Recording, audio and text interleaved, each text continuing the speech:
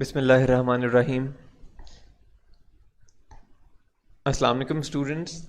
This is the second video lecture of grade 9 computer science. In this video lecture we will learn two topics of chapter 1, flowchart and algorithm. तो चलिए आइए start करते हैं। सबसे पहले तो what is a flow chart. Flow chart की definition पढ़ते हैं। फ्लो चार्ट क्या होता है? A flow chart is a graphical representation of the steps to solve a problem. Flow chart basically एक ग्राफिकल रिप्रेजेंटेशन होती है या ये एक पिक्टोरियल रिप्रेजेंटेशन होती है। आप एक पिक्चर की फॉर्म में चीज़ों को जब एनालाइज करते हैं उसको हम फ्लो चार्ट कहते हैं। ठीक है, ये किसी भी प्रॉब्लम को सॉल्व करने के जो स्टेप्स होते हैं उनको एक पिक्चर की फॉर्म में आप एनालाइज करते हैं। In a flow chart not only the steps are important but also the order to complete a process. अब एक फ्लो चार्ट में आपके पास सिर्फ स्टेप्स ही इम्पॉर्टेंट नहीं होते, आपके पास वो ऑर्डर भी इम्पॉर्टेंट होता है जिसके थ्रू हम किसी भी प्रोसेस को कंप्लीट करते हैं। It is use to visually communicate the steps in a process.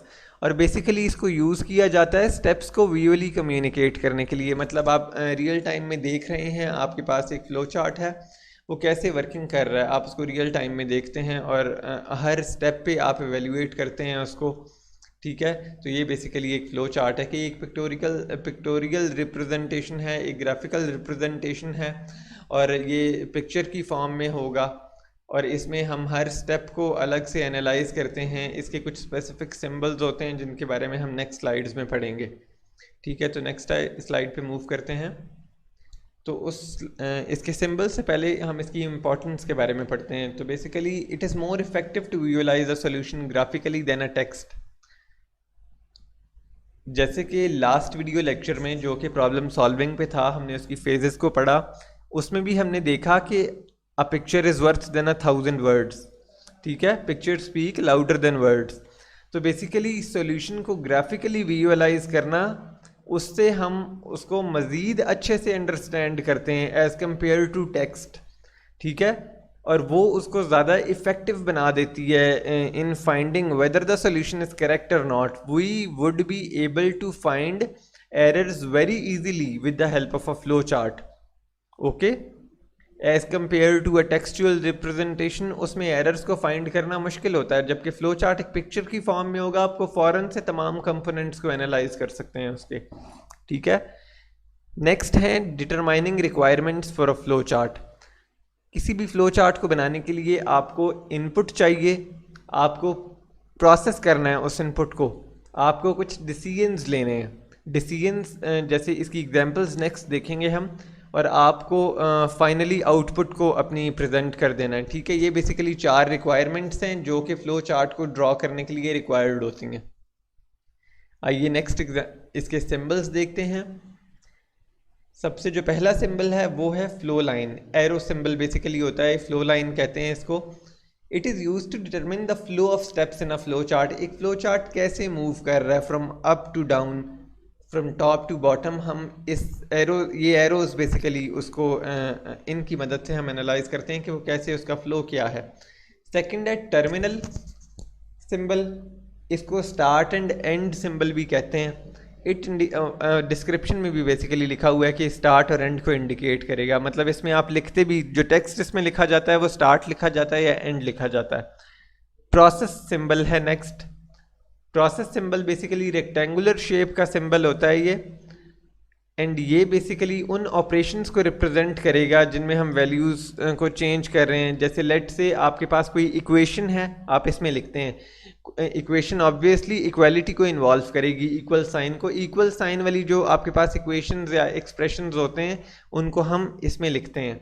ठीक है, और आपके पास जब कोई डिसीजन आपने लेना है, लेट से आप 2 नंबर्स लेते हैं और flow chart basically find out कर रहा है कि दोनों में से बड़ा कौन सा है, तो आप ए ग्रेटर देन बी की कंडीशन लगानी होगी, वो आप ये डायमंड सिंबल में लिखते हैं जिसको हम डिसीजन सिंबल भी कहते हैं। ठीक है, it has visible basically 1 in going path and 2 out going paths. In going path एक आएगा, आप ए ग्रेटर देन बी इंटर करेंगे। अब वो ए ग्रेटर देन बी यस भी हो सकता है और नो भी हो सकता है, that is why it has 2 out going paths. Next symbol basically जो है इनपुट आउटपुट सिंबल है। इसको ये पैरेललोग्राम शेप है एंड ये बेसिकली हम यूज़र से जब कोई डाटा लेते हैं या स्क्रीन पे कोई डाटा हम प्रिंट करवाते हैं तब हम इनपुट आउटपुट सिंबल को इस्तेमाल करते हैं। जब बेसिकली लास्ट सिंबल है कनेक्टर, जब आपने दो फ्लो लाइंस आपके पास आ रही हैं, आपने उनको उनसे आगे एक फ्लो लाइन निकलेगी, तो इस पर्पस के लिए आप कनेक्टर यूज़ करेंगे। दो फ्लो लाइंस को आप कनेक्टर से कनेक्ट करेंगे एंड आगे ऑनवर्ड एक लाइन पास ऑन करेंगे आप, ठीक है। तो it is use and further इसका पर्पस एक और भी है कि अगर एक फ्लो चार्ट आपके पास एक पेज पे फिट नहीं हो रहा तो आप बेसिकली उसको कनेक्टर को यूज़ करके नेक्स्ट पेज पे आप वो मूव कराएंगे उसको, मतलब कनेक्टर बेसिकली करेगा कि इसका नेक्स्ट पोर्शन जो है वो नेक्स्ट पेज पे है, ठीक है। This was all about flow chart symbols. Next slide पे मूव करते हैं। ये है बेसिकली फ्लो चार्ट की एक एग्जांपल जिसमें एक लार्जर नंबर को फाइंड आउट किया गया है ऑफ 3 गिवन अनइक्वल नंबर्स, मतलब यूज़र ने 3 नंबर इनपुट किए और आपका प्रोग्राम या आपका जो फ्लो चार्ट है ये उनमें से सबसे बड़े नंबर को, लार्जर नंबर को डिस्प्ले करेगा स्क्रीन पे या प्रिंट करेगा। स्टार्ट किया यूज़र ने, स्टार्ट में देख लें आपके पास टर्मिनल सिंबल आपने यूज़ किया है। नेक्स्ट पैरेललोग्राम का सिंबल आपने यूज़ किया है, उसमें आपने इनपुट किए तीनों नंबर। फिर देखें इक्वल का साइन था इसमें, large is equal to n0, तो इक्वल के साइन को मैंने आपको जैसे कि बताया कि प्रोसेस सिंबल में या रेक्टेंगल सिंबल में आपने इंटर करना है। नेक्स्ट कंडीशन लगाई गई n1 ग्रेटर देन लार्ज। अब यहाँ पे आपको पता है कि आप बिगर नंबर फाइंड आउट कर रहे हैं ऑफ 3 गिवन अनइक्वल नंबर्स, तो अगर n0 n1 से बड़ा है तो उसको n2 से भी बड़ा होना चाहिए, देन ही हम डिक्लेयर करेंगे कि n0 बड़ा है। मतलब इनमें से जो भी नंबर एक बड़ा है उसको बाकी दोनों नंबर से बड़ा होना चाहिए, ठीक है।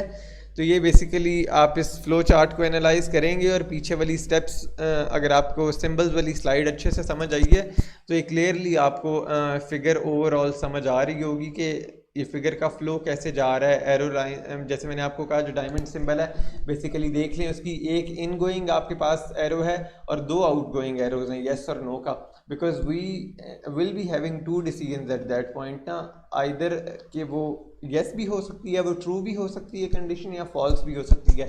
तो हमने दोनों केसेस को ड्रॉ करना है कि हम ट्रू होगी तो क्या करेंगे, फॉल्स होगी तो क्या करेंगे। नेक्स्ट आपके पास है बेसिकली स्लाइड जो, उसमें हम एल्गोरिथम स्टार्ट करते हैं जो कि इस वीडियो लेक्चर का दूसरा टॉपिक है। बेसिकली एक एल्गोरिथम, जैसे फ्लो चार्ट आपके पास कुछ स्टेप्स की ग्राफिकल रिप्रेजेंटेशन है, ऐसे एल्गोरिथम में हम उसी चीज़ को ही टेक्स्ट फॉर्म में लिखते हैं, टेक्सचुअल फॉर्म में, कुछ स्टेप्स की फॉर्म में लिखते हैं। बेसिकली सिंपल इंग्लिश में लिखा जाता है। इस स्टेप के बाद हम कोडिंग पे मूव करते हैं, एल्गोरिथम के बाद बेसिकली कोड लिखा जाता है, ठीक है। और आपके पास बेसिकली जैसे यहाँ पे एक एग्जांपल गिवन है स्लाइड पे, एल्गोरिथम फॉर प्रिपेयरिंग टी। आप स्टार्ट करते हैं, आपने केटल ली, उसमें कुछ पानी डाला, थर्ड स्टेप में, फोर्थ स्टेप में आपने केटल को फायर पर प्लेस किया, देन आपने इंग्रेडिएंट्स डाले, शुगर डाली, मिल्क का आपने ऐड किया, देन आपने उसको बॉयल किया एंड आपने केटल रिमूव कर दी फायर से। मतलब this was the series of steps that you will have to take or you will have to use whenever you are preparing tea, ठीक है।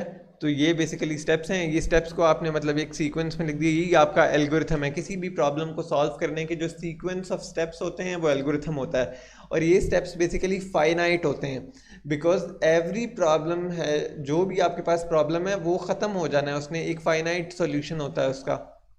तो इस तरह से ये स्टेप्स भी तभी आपके पास फाइनाइट नंबर ऑफ स्टेप्स होते हैं, क्योंकि कोई भी प्रॉब्लम एक इनफाइनाइट टाइम के लिए नहीं चलती, वो एक टाइम आएगा कि वो ख़त्म हो जाएगी प्रॉब्लम, ठीक है, उसका सोल्यूशन आप रीच कर लेंगे। तो इसका मतलब है कि ये फाइनाइट नंबर ऑफ स्टेप्स होते हैं। नेक्स्ट है आपके पास role of algorithm in problem solving. तो it is very very important, because step by step आप हर स्टेप को एवेल्युएट करेंगे तो तभी प्रॉपर एक सॉल्यूशन की तरफ जाएंगे। अगर आप स्किप करेंगे कंपोनेंट्स को तो इट माइट बी पॉसिबल कि आप सॉल्यूशन में कोई बहुत इंपॉर्टेंट चीज़ मिस कर दें, ठीक है, या वो उतना एफिशिएंट ना हो जितना आप चाह रहे हो, क्योंकि आपने हर स्टेज को प्रॉपरली एनालाइज किया ही नहीं। तो that is why it is very much important in problem solving. Next आपके पास जो स्लाइड है, this is basically the last slide of this video lecture, advantages and disadvantages of algorithm and flow chart. Advantages क्या हैं इसके कि easy to draw है, problem solving को समझना आसान है। फ्लो चार्ट में मैंने आपको बताया कि पिक्चर होगी, पिक्चर को देखते ही आपको एरर्स को आइडेंटिफाई करना आसान होगा अगर उसमें कोई एरर्स हैं तो।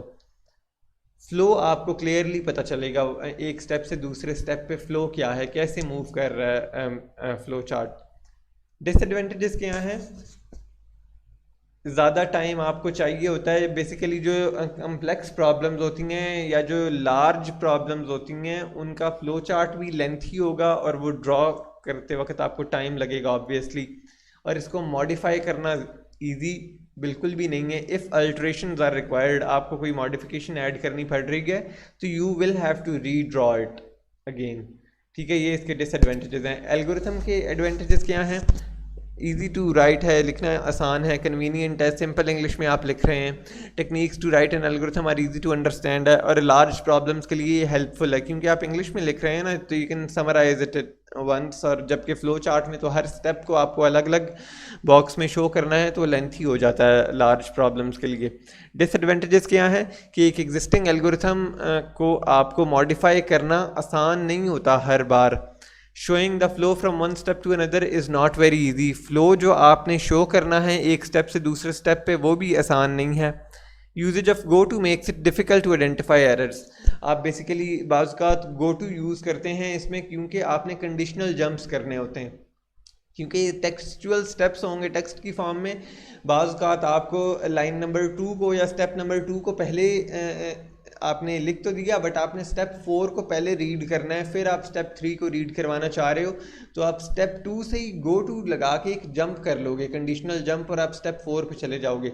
उस लाइन को रीड करके आप फर्दर नीचे एक दोबारा गो टू लगाओगे और फिर आप दोबारा लाइन नंबर 2 पे आ जाओगे या स्टेप 2 पे आ जाओगे, फिर आप उसको दोबारा से रीड आउट करोगे। मतलब जब आपको कंडीशनल जंपिंग रिक्वायर्ड होती है तो ये डिफ़िकल्ट हो जाता है एल्गोरिदम में, इस वजह से ये भी इसके डिसएडवांटेज में काउंट होता है। आई होप कि आपको अच्छे से ये दोनों टॉपिक्स समझ आ गए होंगे, और ये वेरी वेरी इम्पॉर्टेंट हैं दोनों in problem solving. If you are having any questions you can openly ask in the comment section, or you can reach us at our email. Thank you so much for watching this video. Please do like this video, share this video with your friends, and do subscribe to this channel. Thank you so much. Allah Hafiz.